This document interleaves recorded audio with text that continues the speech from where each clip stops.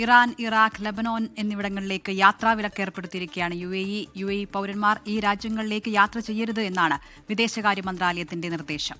3 രാജ്യങ്ങളിലുമുള്ള പൗരന്മാർ വേഗം തന്നെ തിരികെ നാട്ടിലേക്ക് എത്തണം എന്നതാണ് നിർദ്ദേശം. മുഹമ്മദ് റഹീസ് നമ്മളോടൊപ്പം ചേരുന്നുണ്ട് ദുബായിൽ നിന്ന്.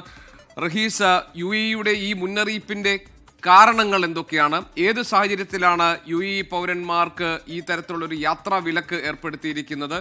വീണ്ടും ഇറാന് മേലുള്ള യുദ്ധം ആരംഭിക്കാൻ പോകുന്നു എന്ന അമേരിക്കയുടെ അല്ലെങ്കിൽ അമേരിക്കൻ പ്രസിഡന്റിന്റെ ഒരു പ്രഖ്യാപനം വന്നിരിക്കുന്നു. അതിന് തൊട്ടു പിന്നാലെയാണോ ഈ നിയന്ത്രണങ്ങൾ വരുന്നത്? ജി.കെ, ഗുഡ് മോർണിംഗ്. കാര്യങ്ങൾ ഏതാണ്ട് അത്തരത്തിൽ തന്നെയായിരിക്കണം വിലയിരുത്തേണ്ടത്. പ്രത്യേകിച്ച് ഈ ഒരു സംഘർഷം അവസാനിച്ചതിന് ശേഷം അല്ലെങ്കിൽ താൽക്കാലികമായി നിർത്തിയതിനു ശേഷം ഈ യു എയുടെ ഭാഗത്തു നിന്നുണ്ടാകുന്ന നീക്കങ്ങളൊക്കെയും അത് വളരെ ചടുലമായ നീക്കങ്ങളാണ്. ഒപ്പം തന്നെ ഈ സംഘർഷ സമയത്ത് ഏറ്റവും അധികം പാഠം പഠിച്ചത് തങ്ങളാണ് എന്ന് മനസ്സിലാക്കിക്കൊണ്ടുള്ള ഒരു പ്രവർത്തനങ്ങളും ഒപ്പം തന്നെ അതനുസരിച്ചുള്ള നീക്കങ്ങളും യു എ നടത്തി വരികയാണ്. അപ്പോൾ പെടുന്നനെ ഇന്നലെ രാത്രി ഒരു 1:30 യു എ സമയം 1:30 കൂടിയിട്ടാണ് ഇത്തരത്തിൽ വിദേശകാര്യ മന്ത്രാലയം ഒരു സർക്കുലർ ഇറക്കുന്നത്. അതിൽ വ്യക്തമായി പറയുന്നു, ഇത്തരത്തിൽ ലബനൻ, ഇറാഖ്, ഇറാൻ എന്നീ രാജ്യങ്ങളിലേക്ക് യു എ പൗരന്മാർ പോകരുത്. ഏതെങ്കിലും പൗരന്മാർ ഇത്തരത്തിൽ ഈ 3 രാജ്യങ്ങളിലുമുള്ളവർ എത്രയും വേഗം തിരിച്ച് നാടുകളിലേക്ക് വരണം.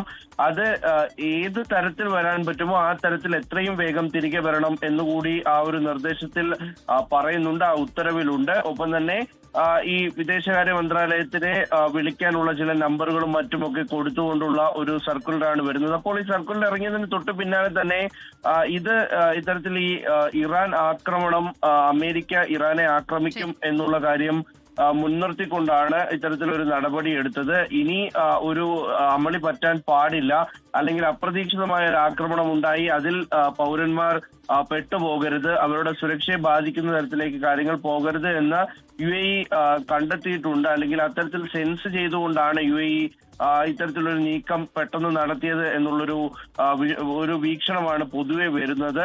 അപ്പോൾ ആ നിലയ്ക്ക് ഒരു സംഘർഷത്തിന്റെ കൂടി പടിവാതിലിലാണ് നിൽക്കുന്നത് എന്നാണ് പല വിദഗ്ധരും ഇപ്പോൾ ഈ ഒരു സർക്കുലറിന് ശേഷം വിലയിരുത്തിയിരിക്കുന്നത്. റഹീസ്, ഏതായാലും റഹീസ് പറഞ്ഞതുപോലെ തന്നെ ഇപ്പോൾ യാത്രാ വിലക്ക് നിലനിൽക്കുന്നു. അതിനൊരു പക്ഷേ കാരണമായിട്ടുള്ളത് പ്രധാനമായിട്ടും അമേരിക്ക വീണ്ടും ഇറാനെ ആക്രമിക്കാൻ പോകുന്നു എന്ന ഡൊണാൾഡ് ട്രംപിന്റെ പ്രഖ്യാപനമായിരിക്കാം. ഏതായാലും സുരക്ഷിതരായി നിൽക്കാൻ മാത്രമല്ല അങ്ങോട്ടേക്കുള്ള യാത്രാ വിലക്ക് ഏർപ്പെടുത്തുകയും അവിടെയുള്ള പൗരന്മാരോട് തിരികെ എത്താനും യു എ ഇയുടെ വിദേശകാര്യ മന്ത്രാലയം നിർദ്ദേശം നൽകിയിരിക്കുന്നു. അതിന്റെ വിശദാംശങ്ങളാണ് ഇപ്പോൾ മുഹമ്മദ് റഹീസ് നൽകിയത് ദുബായിൽ നിന്ന്.